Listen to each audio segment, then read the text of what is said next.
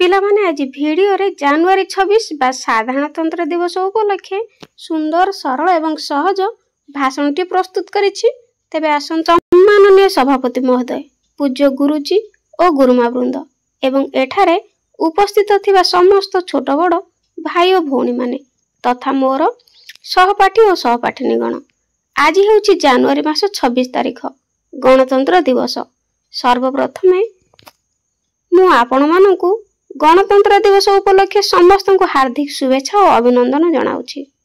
ଏହି ପବିତ୍ର ଦିବସରେ ମୋତେ କିଛି କହିବାକୁ ସୁଯୋଗ ମିଳିଥିବାରୁ ମୁଁ ନିଜକୁ ଧନ୍ୟ ମନେ କରୁଛି।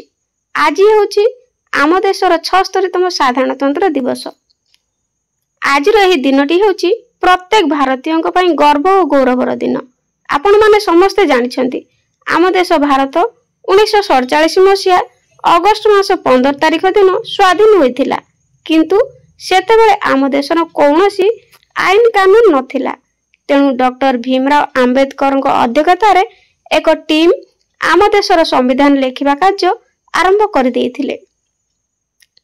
ଏଥିପାଇଁ ଦୀର୍ଘ 2 ବର୍ଷ 11 ମାସ 18 ଦିନ ସମୟ ଲାଗିଥିଲା ଏବଂ ଶେଷରେ 1950 ମସିହା ଜାନୁଆରୀ ମାସ 26 ତାରିଖରେ ଆମ ଦେଶରେ ସମ୍ବିଧାନ କାର୍ଯ୍ୟକାରୀ ହେଲା ଏବଂ ଆମ ଦେଶ ଏକ ସ୍ୱତନ୍ତ୍ର ରାଷ୍ଟ୍ର ରୂପେ ସମଗ୍ର ବିଶ୍ୱରେ ସ୍ୱୀକୃତି ଲାଭ କରିଥିଲା।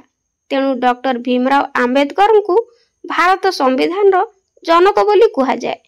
ଆଜିର ଏହି ପବିତ୍ର ଦିବସରେ ଆମର ସମସ୍ତ ସ୍ୱାଧୀନତା ସଂଗ୍ରାମୀ ଓ ବୀରପୁତ୍ରମାନଙ୍କୁ ପ୍ରଣାମ କରି ଶ୍ରଦ୍ଧାଞ୍ଜଳି ଅର୍ପଣ କରୁଛି। ଆମ ଦେଶ ଭାରତବର୍ଷ ହେଉଛି ଏକ ଧର୍ମନିରପେକ୍ଷ ରାଷ୍ଟ୍ର। ଜାତି, ଧର୍ମ, ବର୍ଣ୍ଣ ନିର୍ବିଶେଷରେ ଆମେ ସମସ୍ତେ ସମାନ। ଆମେ ସମସ୍ତେ ଗୋଟିଏ ମାତାର ସନ୍ତାନ।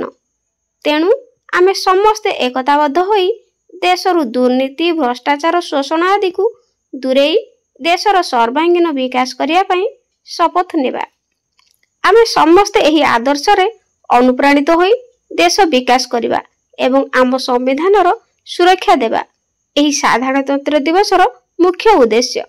ଆମ ଦେଶ ଭାରତବର୍ଷ ହେଉଛି ବିଶ୍ୱର ସର୍ବବୃହତ ଗଣତାନ୍ତ୍ରିକ ରାଷ୍ଟ୍ର। ଆମ ଦେଶର ସମ୍ବିଧାନ ହେଉଛି ବିଶ୍ୱର ସର୍ବବୃହତ ଲିଖିତ ସମ୍ବିଧାନ। ଆମ ସମ୍ବିଧାନ ହେଉଛି ଆମ ଦେଶର ଦର୍ପଣ ସଦୃଶ। ଆମ ସମ୍ବିଧାନ ହେଉଛି ଦେଶର ନୀତି ନିୟମ ନିର୍ଦ୍ଧାରକ ତଥା ମାର୍ଗଦର୍ଶକ। ଗୋଟିଏ ଦେଶର ଆଶା, ଆକାଂକ୍ଷା, କାର୍ଯ୍ୟ ପଦ୍ଧତି, ପରିଚାଳନା ଦାୟିତ୍ୱ ଏବଂ ନୀତି ନିୟମ ଆଦି ଅନୁସରଣ କରି ଦେଶର ଶାସନ କାର୍ଯ୍ୟ ପରିଚାଳିତ ହୋଇଥାଏ। ଆମ ଦେଶର ସମ୍ବିଧାନ ପ୍ରତ୍ୟେକ ନାଗରିକମାନଙ୍କୁ ସମାନ ସୁବିଧା ସୁଯୋଗ ଏବଂ ନ୍ୟାୟ ପ୍ରଦାନ କରିଥାଏ। ପ୍ରତ୍ୟେକ ନାଗରିକ ମାନେ ମଧ୍ୟ ଦେଶ ପ୍ରତି ଥିବା ନିଜର କର୍ତ୍ତବ୍ୟକୁ ସୁଚାରୁ ରୂପେ ପାଳନ କରିବା ଉଚିତ।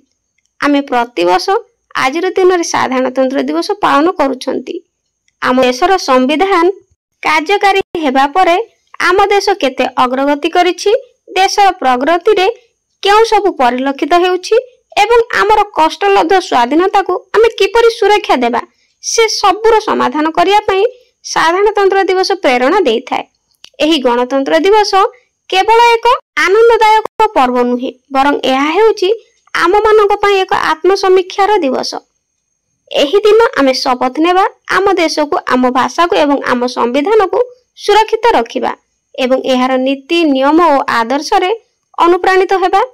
ଆଜି ଦିବସ ପାଳନର ଆହ୍ୱାନ ହେଉଛି ସାମ୍ପ୍ରତିକ ପରିସ୍ଥିତିକୁ ଅନୁଧ୍ୟାନ କରି ଭବିଷ୍ୟତର ସମସ୍ୟାକୁ ଦୂର କରିବାକୁ ହେଲେ ଆମେ ସମସ୍ତ ଦେଶବାସୀ ଏକ ହୋଇ କାର୍ଯ୍ୟ କରିବା। ଏହା ହିଁ ହେଉଛି ଆମମାନଙ୍କର ପ୍ରକୃତ ଦେଶ ପ୍ରତି ଦାୟିତ୍ୱ ଏବଂ କର୍ତ୍ତବ୍ୟ। ଶେଷରେ ଆମ ଦେଶର ସମସ୍ତ ସ୍ୱାଧୀନତା ସଂଗ୍ରାମୀମାନଙ୍କୁ ଭକ୍ତିପୂତ ପ୍ରଣାମ ଜଣାଇ ମୁଁ ମୋର ବକ୍ତବ୍ୟକୁ ସମାପ୍ତ କରୁଅଛି। ଜୟ ହିନ୍ଦ, ଜୟ ଭାରତ, ବନ୍ଦେ ମାତରମ୍। ପିଲାମାନେ, ଭିଡ଼ିଓଟି ଭଲ ଲାଗିଥିଲେ ଚ୍ୟାନେଲକୁ ଲାଇକ୍, ସେୟାର, ସବସ୍କ୍ରାଇବ୍ କରିବାକୁ ଜମାରୁ ଭୁଲିବେନି। ଆଜି ପାଇଁ ରହୁଛି, ଧନ୍ୟବାଦ।